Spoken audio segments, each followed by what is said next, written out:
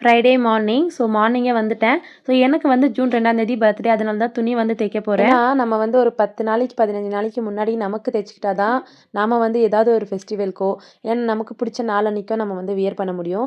So அந்த வகையில் நான் இந்த ட்ரெஸ் வந்து கிளாத் வந்து பார்த்தீங்கன்னா மீஷோவில் தான் ஆர்டர் பண்ணியிருந்தேன்.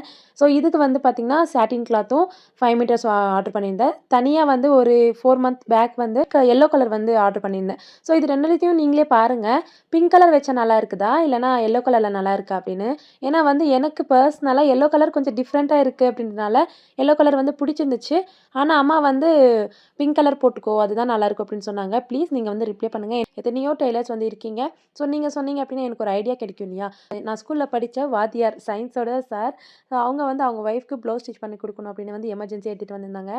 ஸோ அவங்களோட ஒய்ஃப் இது ப்ளவுஸ் தைச்சிட்டு அவங்க ஒய்ஃபோட அக்கா அவங்களது வந்து பெண்டிங்கில் வச்சுருக்கேன். அது வந்து நாளைக்கு காலையிலேயே 8 மணிக்கெல்லாம் கொடுத்துடு அப்படின்னு சொல்லியிருக்காங்க. இதில் வந்து டிசைன் வேறு. ஏன்னா எமர்ஜென்சியாக ஸ்டிச் பண்ணுறது நார்மலாக தைச்சு கொடு அப்படின்னு சொல்லியிருந்தா கூட நான் வந்து தைச்சு கொடுத்துருப்பேன்.